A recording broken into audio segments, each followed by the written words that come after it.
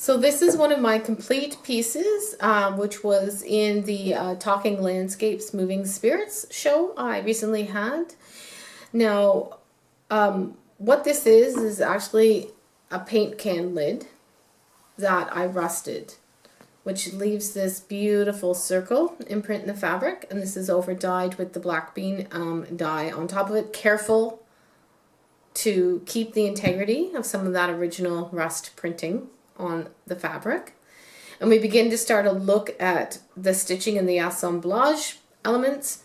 So in this you will see, I often, in my first series of work, will use figures. If you can see down here, this woman is in the work. And part of using the figures is it's something we're comfortable with. It's something we enjoy looking at. It's something we can grasp easily. And these figures help to transport us into the worlds that I'm creating in within the textile. So this is a rusted piece. This is a piece of that printed grate. Okay, hand stitched on top. And this is dyed silks, and you'll see in here there's hand stitching, machine stitching. I like to incorporate pieces of metal into the work, so you'll see there's metal and there's pins, which I think speaks to the elements in the work, which I feel is very important, natural elements.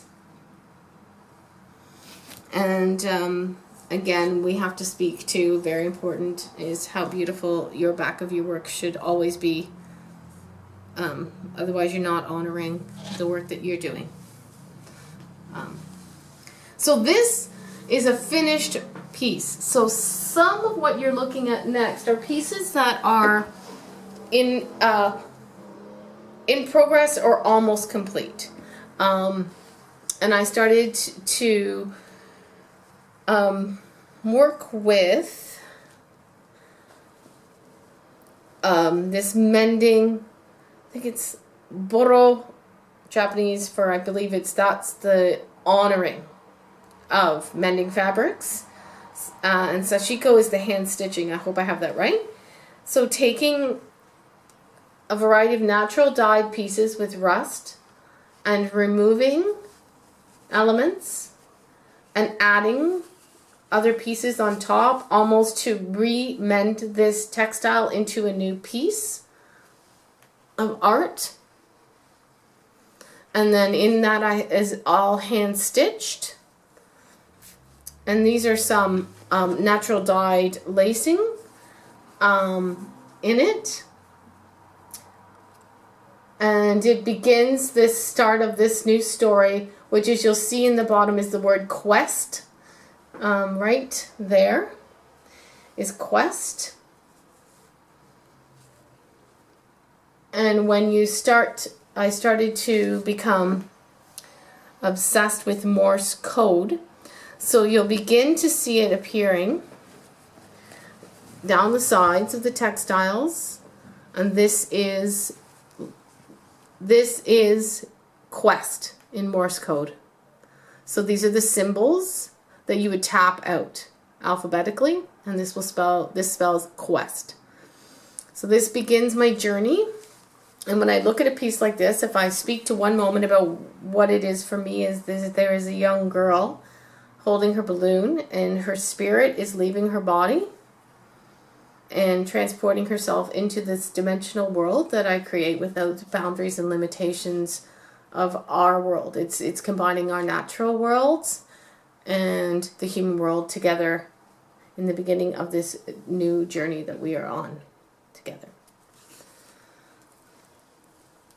And then begins the story, which is this: I volunteered a donkey sanctuary and have fallen in love with the absolute solitude, magic, and wisdom in donkeys.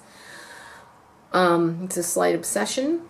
So there's almost a tarot element that comes into play, that I want to give each a title as I work through this body of work. So this is, I believe that they are the prophets. So this piece is called The Prophet.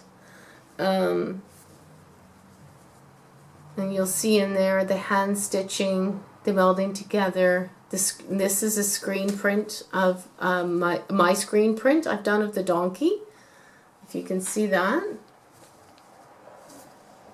And it's layers upon layers upon layers, removed and added into the fabric to create these pieces. And down this side in gold to give it the utmost respect. And this piece is to say the prophet in again in Morse code is the prophet.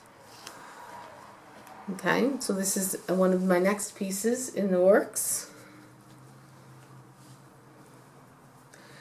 And this is the seer. And you'll see again here, you'll start to recognize the alphabet. This is the Morse code with the name in it.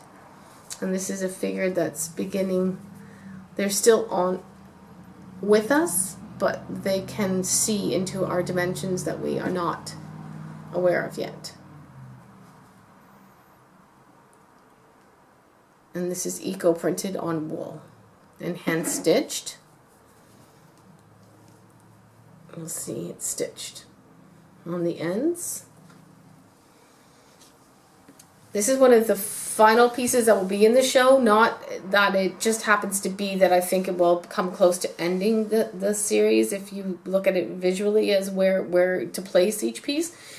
And that there is no end. This is an ever evolving universe, and it is an ever existing place that we live in as we occupy planet Earth.